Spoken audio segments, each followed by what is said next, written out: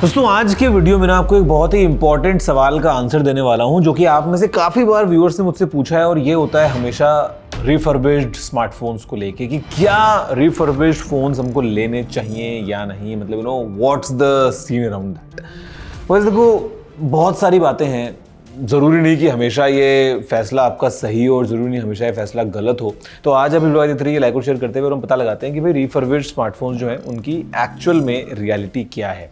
नमस्कार दोस्तों, मेरा नाम है गौरव, आप देख रहे हैं टेक्निकल गुरुजी। चलिए शुरू करते हैं। देखो इसमें ना कोई डाउट नहीं है कि आज की डेट में जो पूरा मार्केट है रिफर्बिश्ड स्मार्टफोन्स का ना वो काफ़ी ज़्यादा मैच्योर हो गया है। मतलब देखो जब से दोस्तों ई कॉमर्स प्लेटफॉर्म्स वगैरह आए हैं, आपको पता है आपके सामने फ्लिपकार्ट, अमेजॉन वगैरह यहाँ पे मोबाइल फोन्स वगैरह मिलते हैं। अब मोबाइल फोन्स मिलते हैं तो दोस्तों ऐसे में अभी कंप्लेंट्स भी आती हैं, कई बार रिटर्न भी आते हैं, कई बार कुछ थोड़े बहुत प्रॉब्लम भी हो सकती है मोबाइल फोन्स में। तो आपने देखा होगा कि इनके खुद के ही अपने जो है वो प्लेटफॉर्म सामने आ गए हैं, फिर चाहे वो अमेजॉन रिन्यूड हो, फ्लिपकार्ट का रिफर्बिश वगैरह जो टू गुड वगैरह आता है वो सब भी हो गया। और इसके अलावा बाकी कई सारी कंपनीज जहाँ पे मोबाइल फोन जब से ट्रेंड चला है ना फोन के एक्सचेंज करवाने का, कि नया फोन लेना है किसी ने तो पुराना फोन किसी ने एक्सचेंज पे डाल दिया, तो वहां पे हम देख रहे हैं कि कैशिफाई वगैरह और इस तरह से और काफी सारी कंपनीज आ गई हैं जहाँ पे रिफर्बिश्ड फोन्स मिल रहे हैं। अब गाइस पहले तो हमको समझना है जरूरी है कि what is a refurbished phone. तो देखो रिफर्बिश्ड फोन की एक सिंपल डेफिनेशन मैं आपको अगर बताऊं तो वो आप ये समझ लो, कंडीशन अलग अलग हो सकती हैं, ग्रेडिंग उसकी अलग अलग हो सकती है डिपेंडिंग ऑन कि वो किस कैटेगरी में फिट हो रहा है, बट कुल मिला के आप ये मानो कि एक मोबाइल फोन है जो कि ब्रांड न्यू तो नहीं है। अब वो किसी ने डब्बा खोल के 1 घंटे यूज किया, किसी ने 1 मिनट यूज किया हो, या किसी ने 6 महीने यूज किया हो, यूज किया हुआ फोन है, वो लौट के एक कंपनी के पास आया।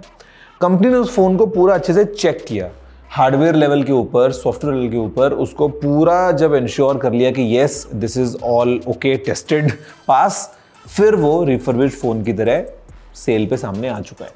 अब वहां पे मेंशन्ड होगा ऑफ कोर्स कि जो कंडीशन है वो कैसी है, वो एकदम ब्रांड न्यू है या नॉर्मल वेरिएंट टेयर है या कुछ कॉस्मेटिक डैमेज है उसमें वगैरह वगैरह। अब रिफर्बिश्ड फोन्स के अंदर यूजुअली आपको एक वारंटी मिलती है, कभी कभी 3 महीना, कभी 6 महीना, कभी 1 साल, डिपेंडिंग ऑन कि वो किस कंडीशन का कैसा फ़ोन है।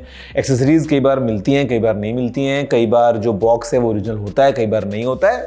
All that is part of the process.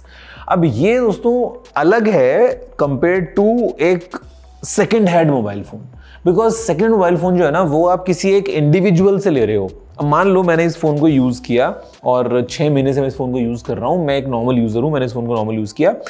अब अगर मैं ये फ़ोन किसी को बेचता हूँ तो this is not a refurbished phone, this is a used second hand smartphone उस इंसान के लिए, क्योंकि वो केवल मुझसे डील कर रहा है, भैया जो भी कंडीशन थी जैसी थी उसके सामने, भैया देख ले, चेक कर ले और खरीद ले।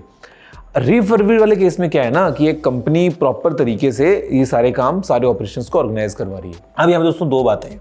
पहली बात तो ये कि आपका टेक क्या होना चाहिए। तो देखो मुझे ऐसा लगता है ना, it all depends on the particular deal. अगर आपको एक अच्छा खासा डिफरेंस मिल रहा है इन टर्म्स ऑफ प्राइस, जहाँ पे आपको लग रहा है कि यार मेरे पैसे बच रहे हैं रिफर्बिश्ड वाला फ़ोन लेके, और जो फ़ोन आप ले रहे हो उसमें भी आप देख रहे हो कि हाँ यार कंडीशन वगैरह जो मेंशन्ड है वो भी एकदम सही है और साथ में वारंटी वगैरह मिल रही है, तो वाई नॉट भाई, लेना चाहिए आपको वो फ़ोन। बट कई बार क्या होता है ना कि जो डिफरेंस है वो तो इतना होता नहीं है प्राइस में, और कंडीशन वगैरह जो मिल रही है वो भी लगता है कि नहीं यार इससे बढ़िया तो फिर थोड़े पैसे डाल के मैं नया ही ना ले लूँ। तो भाई देखो उस केस में तो वहाँ पे जाना ज़्यादा बढ़िया है। अब बात अगर हम करें compare to used mobile phone, तो गाइस मुझे भी इसमें ऐसा लगता है कि अगर तो वो एक ट्रस्टेड सोर्स है, या if you are getting some deal जहाँ पे वारंटी कंटिन्यू हो रही है, बिल विल सबके साथ में आपको सब कुछ चीज़ें मिल रहा है, तो लेना ठीक है। अदरवाइज ना कई बार ये खबरें भी आई हैं, स्पेशली आईफोन्स में जब से बैटरी हेल्थ का पंगा हो गया है, कि आपको जो ये यूज्ड डीलर्स होते हैं ना, ये भी कई बार थोड़ा हेर फेर करके आपको फ़ोन दे देते हैं, बैटरी हेल्थ बढ़ा के चिपका देते हैं वगैरह। तो मतलब यहाँ पे फिर these things are not reliable.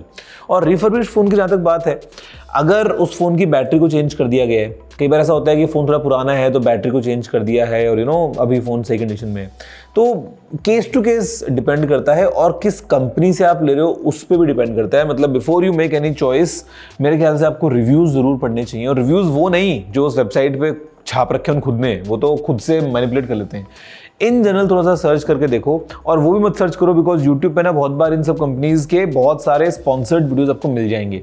मेरे पास बहुत बार ऐसे ऑप्शंस आते हैं, मैंने तो खैर आज तक किया नहीं है। अदरवाइज ऑल दीज कंपनीज जो ये रिफर्बिश्ड फोन्स का बिजनेस करती हैं, they approach influencers to talk good about them. तो वहाँ पे क्या होगा ना, एक इन्फ्लुएंसर वीडियो बनाएगा, देखो मैंने इसे ऑर्डर किया था और देखो ऐसा ऐसा है, अच्छा निकल गया, बढ़िया है, दिस दैट, अगर आप ले ले सकते हो। तो भाई देखो ये तो अच्छा रिव्यू हुआ ना, तो उस पर मत भरोसा करो, look at the normal customer feedback उस पर्टिकुलर कंपनी का, और अगर आपको एक सही डील मिल रही है तो ही आगे जाओ। बट हाँ, डेफिनेटली दोस्तों, काफ़ी सारे केसेस में बहुत अच्छी डील्स बहुत बार मिल जाती हैं। मतलब मन से ना उस टैबू को निकाल दो। कई बार जो होता है ना कि यार सेकंड हैंड चीज़ ले रहा हूँ मैं, यार क्या फ़र्क पड़ता है एट द एंड, इसमें कौन सी कोई आत्मा बसी हुई है किसी की। मतलब ये तो, इसको तो पता ही नहीं है ना मेरे साथ में क्या हुआ था पहले और अब मेरे साथ में क्या हो रहा है, मेरा मालिक चेंज हो गया है। यहाँ तो इट्स जस्ट फिजिकल प्रोडक्ट।